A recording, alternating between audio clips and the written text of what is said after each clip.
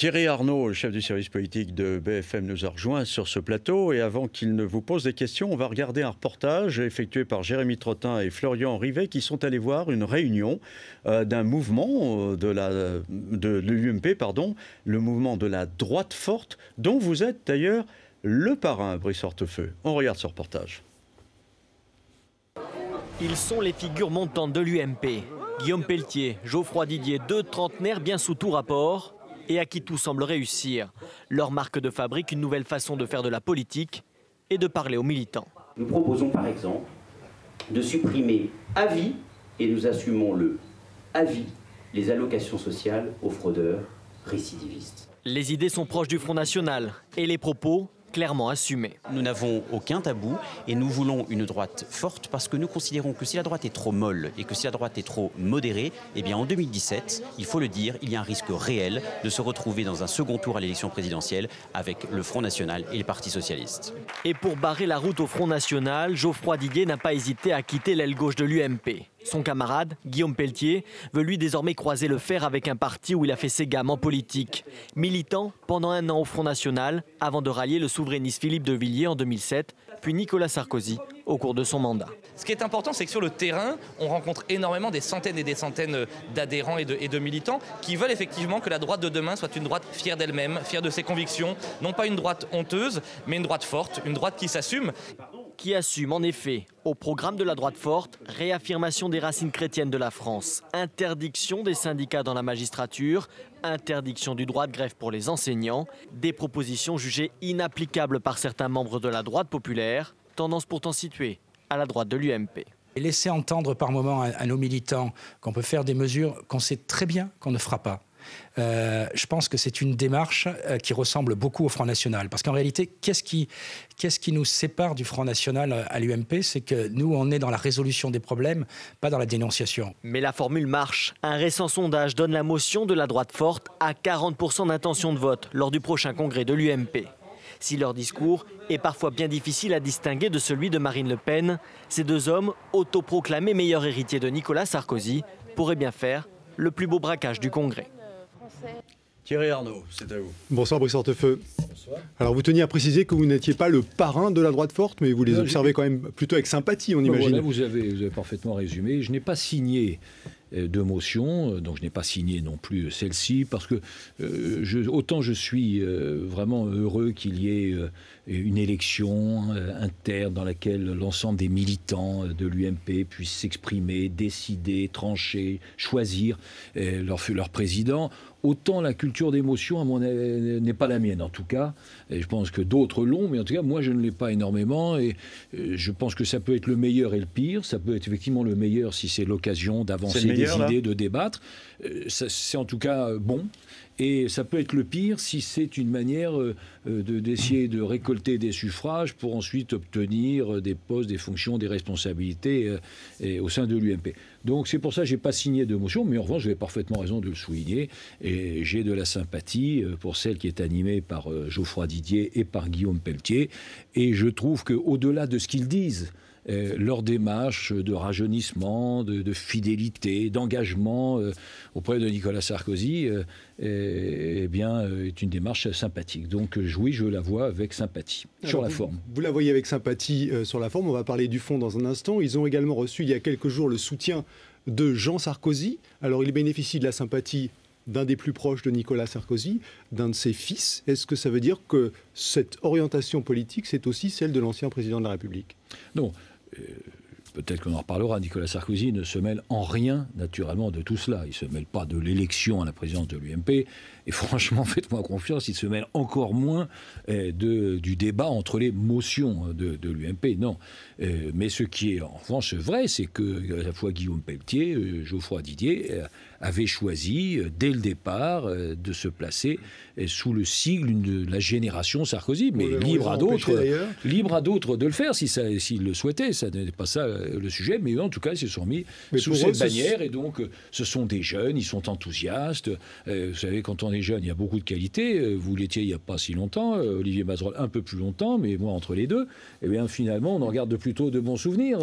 Ce sont des Ils sont trop enthousiastes, là. Ils sont trop enthousiastes avec leurs propositions très radicales qu'on a entendues.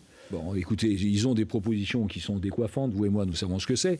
Et donc, à partir de là, ça suscite un peu de débat. Et finalement, c'est une bonne chose. Vous approuvez leurs propositions ou pas? J'approuve une grande partie de leurs propositions. Alors, lesquelles n'approuvez-vous pas? Je ne peux pas dire que je sois forcément d'accord sur toutes leurs propositions. Lesquelles, par exemple, vous n'approuvez pas? Par exemple, sur l'interdiction du droit de grève des enseignants.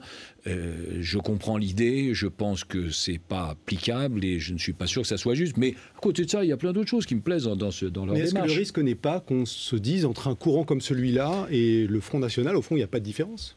Mais attendez, là, c'est un sujet plus large. Si vous voulez me poser la question de savoir s'il existe des différences importantes entre le Front National et l'UMP, là, je peux vous répondre. Lesquelles? La réponse est naturellement oui, il existe des différences importantes. Et je prendrai peut-être 2 ou 3 exemples qui me viennent à l'esprit spontanément. Premier exemple, notre histoire n'est absolument pas la même. Le Front National a puisé son histoire dans l'antigaullisme. Moi, je suis, non pas de génération, mais je suis de sensibilité gaulliste. Première différence, ils ont, encore une fois, bâti... Florian Philippot était à Colombey-les-Deux-Églises. Oui, enfin, bon, c'est la première fois. Reconnaissez que le Front National, ça existe depuis 40 ans, donc, ou 35 ans. Donc, franchement, c'est une première. Mais, donc, la réalité, c'est Jean-Marie Le Pen, ce qui est son droit, mais c'est aussi mon droit de dire que nous n'avons pas donc la même filiation historique. Le Pen a historique. déjà dit du bien du général de Gaulle à plusieurs reprises. En tout cas, le Front National puise ses racines dans l'anti-gaullisme. Moi, je puise mon engagement politique dans le gaullisme. Donc, ça fait une première différence. Deuxième différence, si vous voulez des différences, qui sont des différences ponctuelles.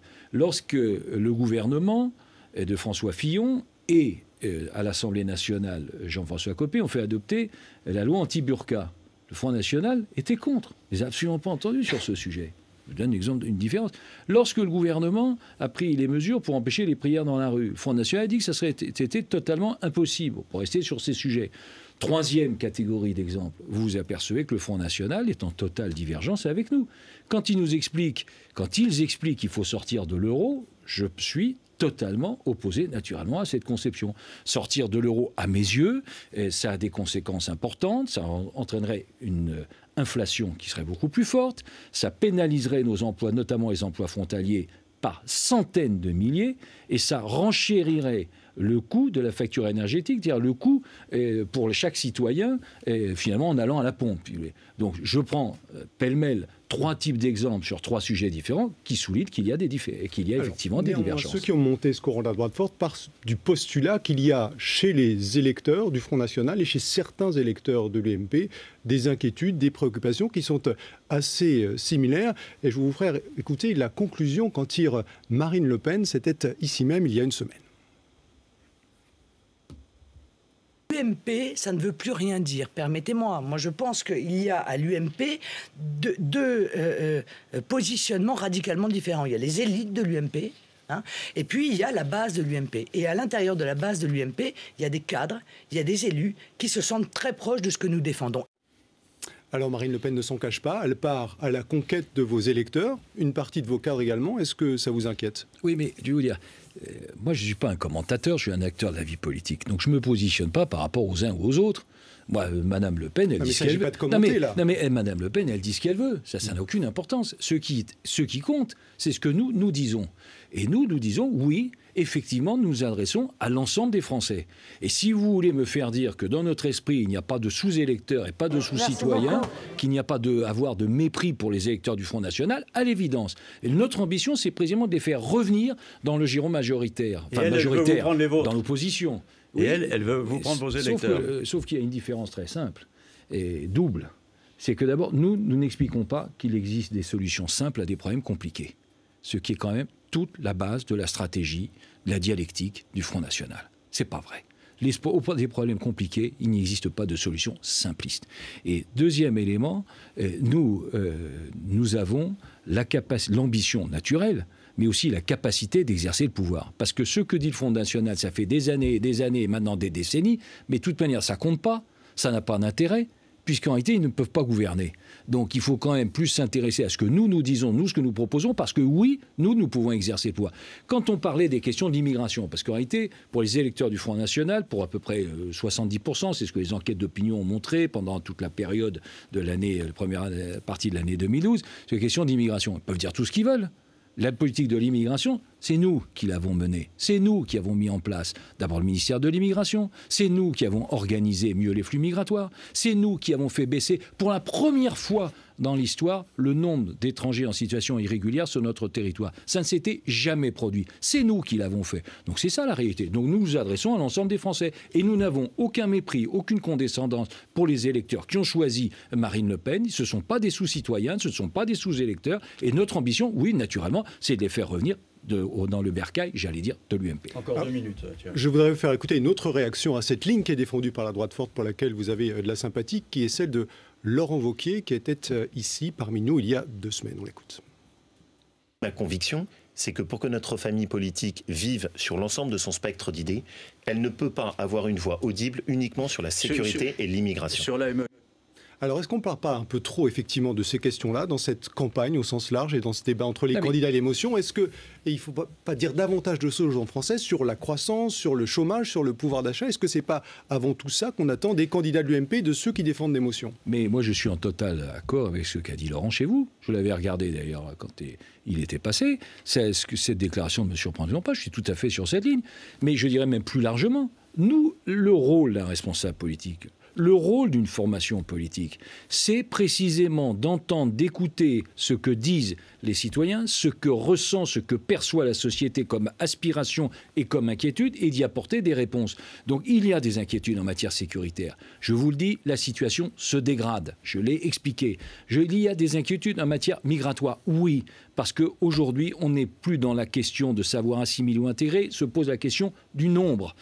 Deuxième élément. Troisième élément, bien sûr que la préoccupation, c'est l'emploi. Quand on dépasse le seuil des 3 millions de demandeurs d'emploi, comment croire une seule seconde que nous ne sommes pas préoccupés par ça? C'est le sujet majeur. C'est pour ça d'ailleurs que la compétitivité dont on parlait il y a quelques instants, c'est un sujet que nous avions pris à bras-le-corps et que le gouvernement et que François Hollande n'avait pas vu du tout. Mais justement, est-ce que vous n'êtes pas d'avis que les candidats à la présidence de l'UMP et ceux qui défendent l'émotion en général ne nous disent au fond pas grand-chose sur ces sujets-là? Ils n'en parlent pas beaucoup. Oh, honnêtement, je n'ai pas lu le détail de toute l'émotion, mais je serais très surpris qu'il n'y en ait aucune qui n'ait parlé de ces sujets, parce que, encore une fois, notre ambition, c'est... je dis que ce n'est pas ceux qui mettent nécessairement en avant systématiquement. Vous jouez un rôle aussi là-dedans, puisque vous retenez aussi par prédilection certains sujets. Mais je vous dis, nous, on a l'ambition de répondre sur les sujets régaliens, c'est-à-dire immigration, sécurité, justice, naturellement sur les questions sociales, c'est-à-dire en termes d'emploi, naturellement en termes d'organisation du travail. Écoutez, j'ai entendu les candidats à la présidence de l'UMP, par exemple, évoquer la question des 35 heures. Vous ne pouvez pas dire que ça n'a pas été dans le débat. Eh bien, ça tombe bien, vous allez pouvoir en parler dans un instant. Thierry Arnaud va être remplacé pour la séquence suivante, merci Thierry, par Edwige Chevrillon.